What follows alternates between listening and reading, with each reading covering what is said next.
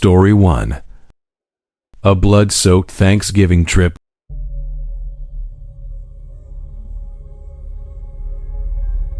My name is Alex. It was Thanksgiving, and like every year, I was undertaking the grueling, nearly 20-hour drive that stretches across 2, sometimes 3 days, to my parents' house.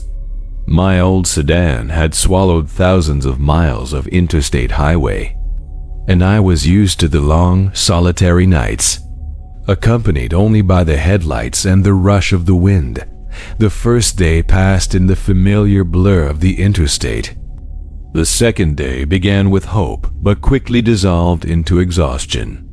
By 5 p.m., the sleep deprivation was a physical ache. I knew I couldn't hold out much longer on the main, brightly lit highway. The fateful decision came at a minor exit, marked by a faded old sign. Creekwood Township, exit to 20 miles. I took the turn. This was a secondary road, a dark crack in the map, promising a shortcut, or at least a less traveled route where I could pull over and grab a quick nap. That promise quickly turned into a lurking nightmare. The road was narrow, pothole-ridden, and completely devoid of streetlights, swallowed whole by dense pine forests. The last light of dusk quickly died, leaving me in a pitch-black night, illuminated only by the weak halo of my headlights. The silence was unnerving, broken only by the sound of my tires crunching the gravel and the frantic thump of my heart. For 2 solid hours, I saw no house lights, no oncoming traffic, no sign of civilization. Panic began to set in around 7:30 p.m. as my gas tank alarm shrieked and my desperation peaked. A ghostly form appeared in my headlights. It was an old, dilapidated gas station named Hank's Stop, its neon open sign flickering weakly like a dying firefly. It stood alone, a rusty, isolated island in the absolute void. No town, no houses, just dense forest surrounding it. It looked like a family establishment that had survived for decades, with rotting wooden boards and a rickety canopy. I pulled into the gravel lot, the crunch of my tires shattering the profound silence. After pumping my gas, I stepped inside. The old glass door creaked, and the air inside was heavy with the smell of gasoline, stale coffee, and a foul, indescribable odor, almost like raw meat or damp earth. Behind the counter stood a large man in his 50s, with dull, deep-set eyes and a scraggly gray beard. He didn't look up immediately, slowly wiping an area behind the counter with a soaking wet rag. "Good evening," I said, my voice slightly shaky. He finally looked up, staring at me with a cold, blank gaze. "What?" His voice was raspy, as if unused. I just filled up, and I have a long drive ahead," I tried to explain.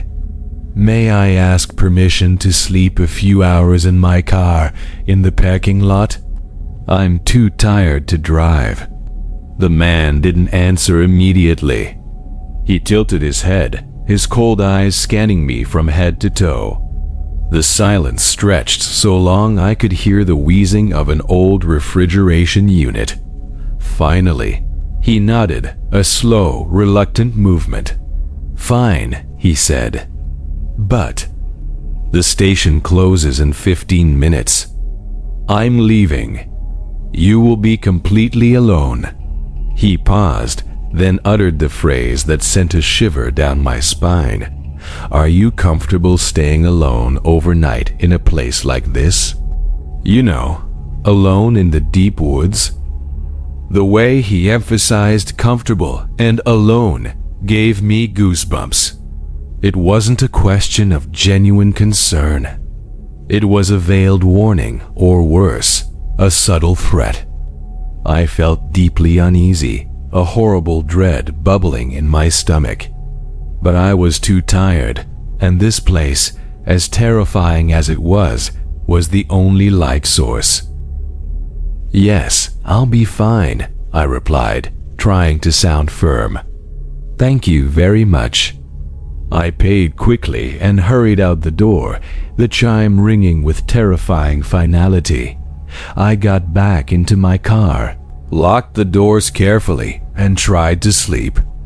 Just as the man had said, 15 minutes later, I heard the jangling of locks, the ignition of an engine, and his old, battered truck, not a pickup, rolled out of the lot, heading behind the store, disappearing into the darkness. The solitude instantly enveloped me, cold and heavy. About an hour later, I was almost in a deep sleep when an unusual sound jolted me fully. Awake. Crunch.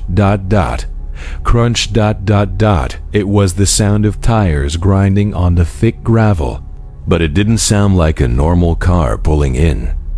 It sounded deliberate, slow, as if stalking. I opened my eyes and looked into my side mirror. My heart stopped. A large, ink-black pickup truck, with no headlights on, was backing into the lot. It didn't stop in a distant spot or next to the empty gas pump. It parked right next to my car, so close I could almost touch it if I lowered the window. The pickup's windows were completely tinted black. I couldn't see inside. It just sat there, completely silent, completely dark. My initial unease twisted into absolute terror, a primal survival instinct screaming in my head. Nothing good was happening here. This wasn't a tired driver looking for rest. Who drives a large truck in the middle of the night, turns off their lights, and parks right next to someone else's car in an otherwise empty lot? I didn't need any more proof. Taking a deep breath to suppress the trembling, I gently inserted the key into the ignition and turned it. The engine whined. I prayed it wouldn't stall. Vroom. The instant the engine roared to life, I slammed the gear into reverse, spun the steering wheel fast, and floored the gas pedal. My tires shrieked on the gravel, pulling away from the black truck's deadly embrace. I bolted out of the parking lot without hesitation.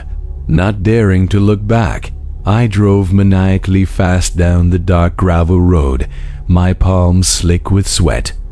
I had only gone less than $4 mile, about 400 meters, when the next horrible thing happened. My car violently shook as my tires ran over something large lying directly in the middle of the road. The impact sounded heavy and sickening, like running over a large log, but the sensation was softer, more yielding. Shocked, I slammed on the brakes, ignoring the fear of being chased. I had to check my tires. In the faint light of my taillights, I looked out. The object in the middle of the road was large, cylindrical, wrapped in a dark blue tarp or a heavy industrial fabric bag. I squinted, trying to make out the shape, and nausea rose in my throat. The shape. It wasn't like a duffel bag or a suitcase. It had an alarming length and contour, strangely defined with terrifying bulges and depressions. It looked exactly like a body bag. A body bag, discarded or abandoned right in the middle of the desolate road. The chilling feeling was no longer a suspicion. It was a grotesque certainty. I had just hit something terrible. Just then, the sound I most dreaded pierced the night. Vroom. Vroom. A massive, powerful engine, growling, echoed through the trees. The sound of tires grinding gravel was approaching. Fast. I whipped my head around. In my rear view, the pitch-black pickup truck appeared like a demon. It wasn't creeping anymore. It was hurtling toward me at insane speed. The terrifying part was that it didn't swerve to avoid the object in the road. Screech. Thud. The truck barreled straight over the object, barely slowing down, then slammed on its brakes, stopping abruptly just inches from my rear bumper. Two men, both large and dressed in dark clothing, practically leaped out of the cab. Their faces were obscured by the darkness, but I could feel the rage and malice radiating from them. One of them quickly ran around the back of the truck, heading toward the body bag I had just driven over. This was the deciding moment. Stay or die. Without thinking, I dropped the car into drive and mashed the gas pedal to the floor. My car shot forward, leaving the two men and the horrific object in a vanishing streak of red tail lights. I drove like a madman, not daring to look in the rearview mirror. After about 20 minutes of fleeing in the dark at unsafe speeds, I finally felt a measure of safety. I realized I had driven off the gravel track and merged onto a slightly less deserted highway. However, one task remained: call the police.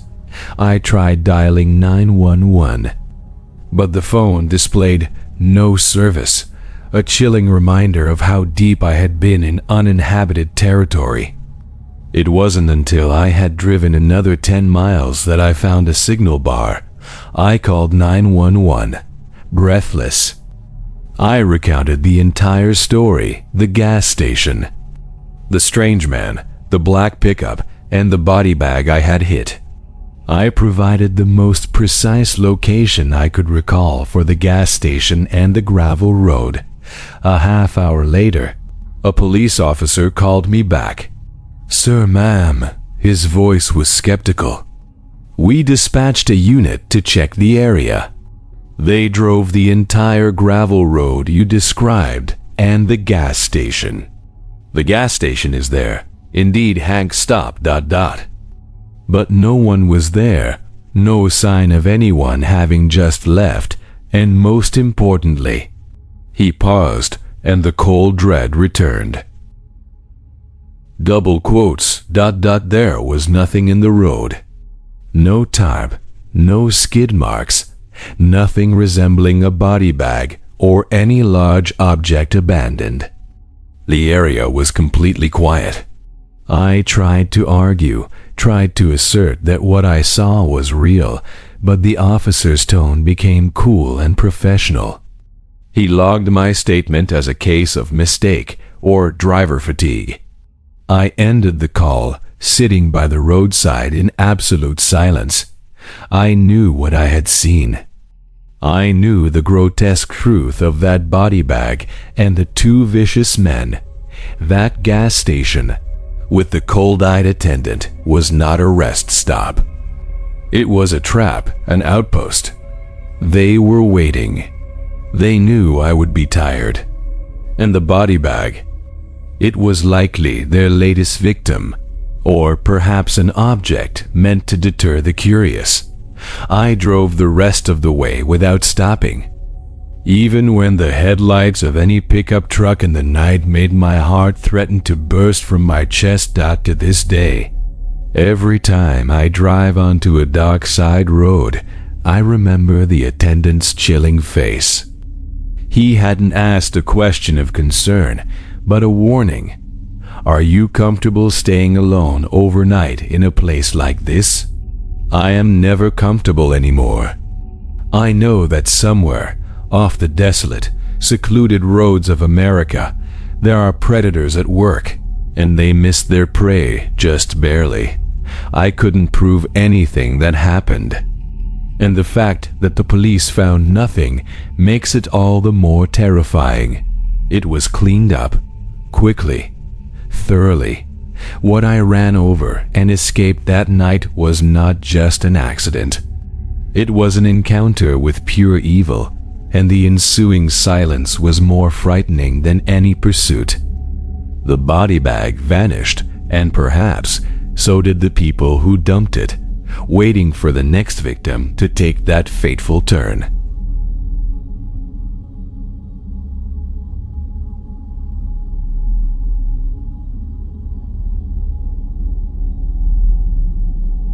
Story 2. The swallowed town. My name is Elias Thorne, and I was on a long, weary, yet hopeful journey, a cross-country drive from the East Coast, New Jersey, to the West Coast, California. Day 3 of driving had been an absolute grind. I had traversed thousands of miles of arid plains, and my fuel gauge was critically low. As the needle hovered near empty, I received an abrupt warning from the GPS. A major section of the highway ahead was closed due to extensive construction, forcing me to take an emergency exit onto a feeder road. The satellite map showed it as a small, old, single-lane road running parallel to the main highway, seemingly long forgotten. Fine, I muttered, wrenching the wheel. The detour it is.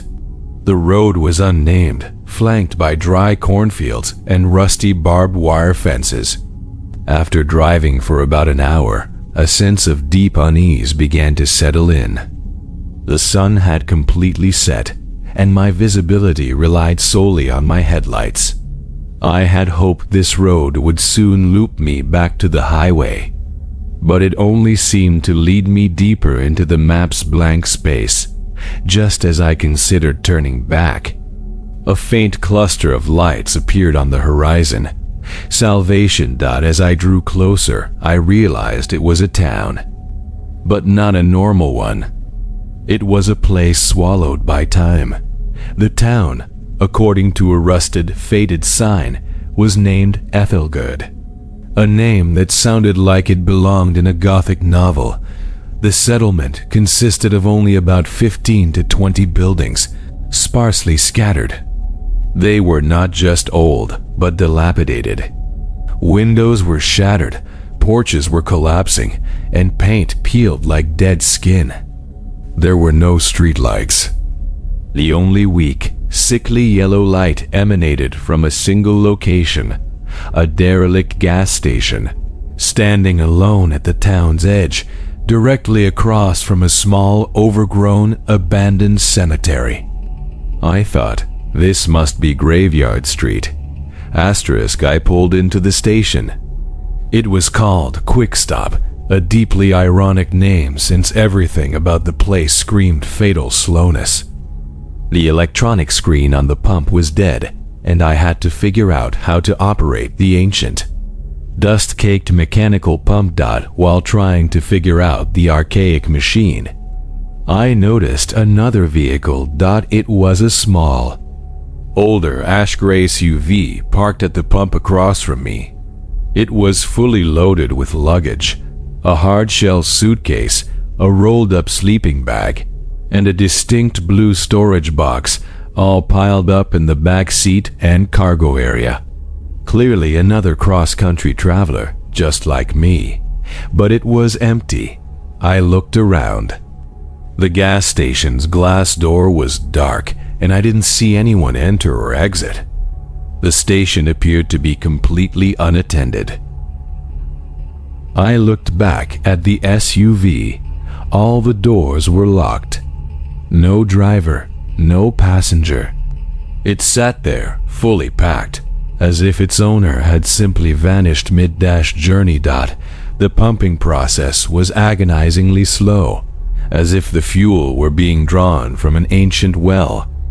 The silence of the town began to press down, heavy and almost threatening. I could hear the insects buzzing in the cornfields and the wind groaning through the broken window panes of the deserted buildings. And then it came.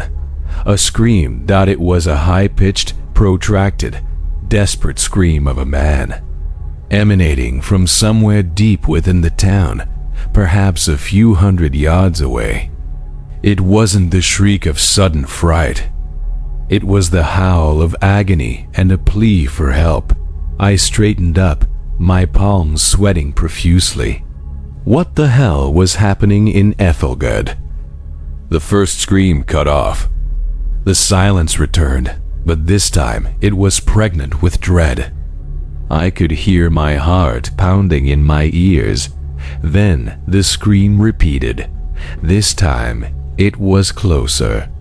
Much closer, seemingly just beyond the gas station, perhaps behind the building or from the field across the road. The cries were muffled, as if the person was being dragged or wrestled down. "Help me." "No, please." The broken plea paralyzed me. It wasn't coming from the SUV. It was coming from a living, struggling human being. I stared at the gray SUV, a cold terror gripping me. Where did its owner go? Had they been right here, being dragged away the moment I started pumping gas? I frantically tried to stop the pump and pull the nozzle out of my tank as fast as possible. Just then, I saw movement, a figure, a quick, low shape darting in the darkness behind the gas station where the faint light of the sign couldn't reach. It was only a fleeting glimpse, but enough to register a human form. Then, another movement, but this time from the other side of the station, along the main road leading into the town. This time, it was clearer. A group of figures, perhaps 2 or 3, moving rapidly, as if surrounding something. They were not casual hikers. The way they moved suggested coordination, brutality, and a dark purpose. My gut instinct, which I had been trying to suppress throughout the long drive, screamed a single command: run. I hastily jammed the nozzle back into its holder, not caring about the last drop of fuel. I was turning to jump into my car when I heard it. The sound wasn't coming from inside the building or the main road. It was the sound of footsteps crushing the thick, damp grass surrounding the pump island. Multiple people. The sound wasn't a single person fleeing, but a group in pursuit, closing in. They were out of the deep shadows and right. Outside my peripheral vision. I didn't look back at the empty SUV. I didn't care about the muffled scream that echoed a third time from behind the building. I leaped into my car, automatically hit the lock, and jammed the key into the ignition. The moment I turned the key, my dim headlights illuminated the scene. About 5 or 6 figures burst out of the shadows instantly and simultaneously. They weren't masked, but their faces were strangely obscured by the thick darkness of the moonless night and the broken streetlights. I only saw their eyes, reflecting my headlights, glowing with a sickly intensity. They were not timid highway robbers. They were hunters. They ran straight toward me. My car roared to life. I floored the accelerator pedal until the floorboard vibrated. I didn't bother turning around. I steered straight out of the gas station, swerving onto the feeder road leading through the town, praying it would have another outlet. In my rearview mirror, I caught a terrifying glimpse. One of the figures had stopped right beside the pump where the gray SUV remained parked. He looked at me, not with anger, but with an utterly blank expression, then turned and, with a dismissive wave of his hand, signaled the others, who were running after my car, to stop. They didn't need me anymore. They had their quarry. I drove maniacally, ignoring the map, ignoring the speed limit. Only an hour later did I finally see the shimmering lights of the main highway. I merged onto it, driving west, and never dared to look back. For the rest of the journey, the thought haunted me. The empty SUV, the screaming man somewhere in the town. and the coordinated hunters who let me go so easily, Ethelgerd, the swallowed town. I knew I had driven through a place where unlucky travelers were being recycled into something else, and the owner of that gray SUV had become the final scream I heard from Graveyard Street.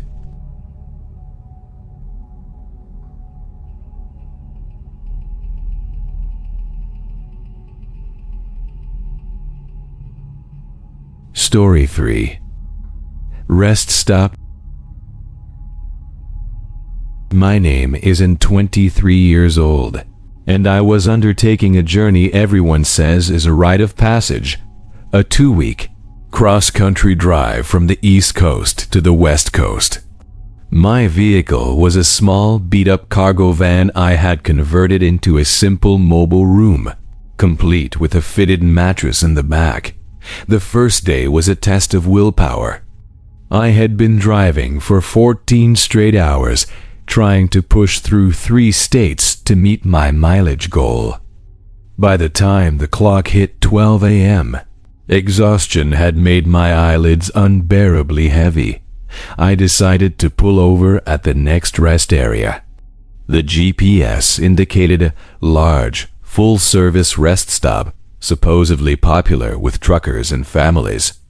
I envisioned a brightly lit, noisy area filled with the hum of engines and the smell of coffee, where I could safely catch some sleep without worry. I took the exit off the highway. The ramp led me down a long, pitch-dark incline and finally into a parking lot. However, the scene before me was the complete antithesis of my expectations. The rest stop was named Oasis 47, but it looked more like a forgotten fortress. It was situated at the bottom of the exit ramp, completely isolated in a dense, damp, and silent forest. The main service building, an old concrete structure, was pitch black, save for a single flickering halogen bulb over the entrance. The vast parking lot, designed to accommodate dozens of trucks and cars, was utterly empty. Not a single semi-truck, no RVs, not even a passenger car was parked there. A gentle sense of dread began to creep in. Why would such a large rest stop on a major highway be completely deserted at midnight? I tried to rationalize it. Maybe it was too late. Or perhaps everyone had moved to the designated truck parking area further back. I parked my van in a secluded corner, under the deep shadows of the trees, facing the main building. I quickly used the restroom, a chilling experience in the dark. Filthy facilities. Back in the van, I swiftly drew the curtains and double-checked the locks. I had created my secure cocoon, and immediately fatigue overpowered caution. I fell into a deep sleep. I woke up abruptly, not to a loud noise, but to a very subtle acoustic disturbance. It was 3:07 a.m. According to the digital clock on the dash, I heard voices, not the sound of a radio or a truck engine. It was the voices of 2 men, speaking in hushed, constrained whispers, yet loud enough to penetrate the van's thin shell. They were right outside my van. It has to be it, the first voice said, gravelly and low. It carried a tone of finality, almost a command. The second voice, which sounded younger and more anxious, replied, "I told you not to get sloppy. Why stop here?" Silence. "This van is our target. It holds valuable cargo and the traveler inside is deep asleep. Just stick to the plan." The words sent a searing chill up my spine. They were not 2 truckers chatting. They were discussing me. I held my breath, lying as still as a log on the mattress in the back. I tried to find a small gap in the curtains to peer out, but I didn't dare move a muscle. The hushed conversation continued, and I realized they were moving slowly along the opposite side of the van, the side without the sliding door, which was also the side where my mattress lay. I felt my breathing become shallow and rapid. They spoke about handling the vehicle and the road supplies inside. Finally, I couldn't bear the tension any longer. I had to know if they were armed and what exactly they were doing. I slowly, agonizingly slowly, tugged at one corner of the driver's side curtain, creating a slit barely the width of a thread. The parking lot was still completely deserted. No other cars. No trucks. How did they get here? By walking through the woods. As I turned my head to look through the narrow gap, I instantly met the eyes of a man. He was standing right by the passenger window, staring directly at me with a wide, open, and utterly joyless grin. It was a predatory smile. He had been standing there, waiting for me to move. The man didn't speak. Just the silence, the grin, and the icy stare cutting through the tinted glass, as if he had seen the very bottom of my terror. For a second, I froze. Then he vanished. He simply backed up and glided away, making no sound at all, retreating toward the back of the van. Simultaneously, both voices went silent. Total silence. My instinct told me they hadn't left. They were lurking in the thick shadows of the woods immediately behind the van, waiting. I was no longer thinking about sleep. I wasn't even thinking about my journey. I only needed to get out. I scrambled into the driver's seat, trembling. I inserted the key and started the engine. The old van coughed to life with a loud, shockingly audible rumble in the dead silence of the night. I turned on the headlights and slowly drove out of the parking lot, heading toward the ramp leading back to the highway. As I ascended the incline, I pressed the accelerator harder. The van struggled to gain speed. And then I felt it. The van labored to accelerate, feeling like something was dragging the right rear. The low tire pressure light on the dashboard flashed. Right rear. It wasn't just a flat tire. The sound I heard was the horrific friction of metal rim against asphalt. They had slashed the tire. They didn't just wait for me to sleep. They prepared for me to wake up. This was a perfect trap. A vehicle disabled on an incline, unable to reverse or move forward. I was forced to stop the van halfway up the exit ramp. I tried desperately not to step on the brake so the van wouldn't roll backward, but I knew I was stuck. And then, the final horror occurred. Asterisk. The man I had seen before, the one with the empty grin, stepped out of the shadows under the trees, walking directly toward my window. He walked slowly, casually, like a neighbor strolling on an afternoon. He leaned against the driver's side window, tapped lightly, and flashed a wide, beaming smile, yet his eyes remained chillingly blank. "Hey, need a hand?" he asked, his voice eerily calm, without any urgency or anger. I heard that hiss. "Flat tire, buddy. I can swap that out for you if you need it. Got all the tools right here in the woods." He was testing me. He knew that I knew. I didn't answer. I stared at the dashboard, trying to regulate my breathing. "It's okay," he said, his tone beginning to warp, the false calm dissolving. "Just open the door and we can talk. Don't make this difficult." I immediately reached for my phone and started dialing 911. No, he snarled. He turned instantly aggressive. He slammed his fist hard against my window, the sound echoing like a gunshot in the night, opened the door.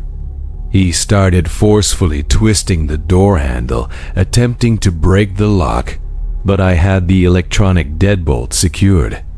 I knew I was running out of time. He was going to smash the window. I made the most desperate decision of my life. I dropped the phone, slammed my foot on the brake, and shoved the gear lever into reverse. R. I released the brake. The van, with its slashed tire, slid backward down the ramp. The sound was a nightmare. The ruined tire screeched, metal gouged the asphalt, and my mattress shifted violently in the back. The van slid backward horribly, creating a massive, booming sound like a major collision. The man was shocked. He stumbled back a step, then started chasing. Growling, I reversed the van all the way back into the parking lot, then quickly cranked the steering wheel, shifting into drive D. The van listed wildly, but I had reached level ground, giving the remaining tires traction. I floored the accelerator. The van shot up the exit ramp, wheels spinning frantically. I could see the silhouettes of both men running after me in the rearview mirror, but the van's speed, even wounded, was superior. I reached the highway, merged sharply heading west, and drove away. Never looking back, I drove for another 20 miles, stopping at a brightly lit, large and crowded rest stop. I parked under the glaring lights and called the police. Patrol officers arrived, searched the Oasis 47 area, but found no one, no traces of other vehicles, and no signs of people walking in the dense woods. However, they confirmed what I already knew. My rear right tire had a deep, sharp slash mark. It was a deliberate cut, designed not to blow out the tire instantly, but to allow it to deflate slowly, just enough to leave the vehicle stranded on the exit ramp incline. I was absolutely certain that if I had stayed, or if I had accepted his kind help, I would have been attacked, broken into, and dragged out of my van. Those men were not carjackers. They were hunters, and that deserted rest stop was their lure. They waited. They set the trap, and I drove right into it.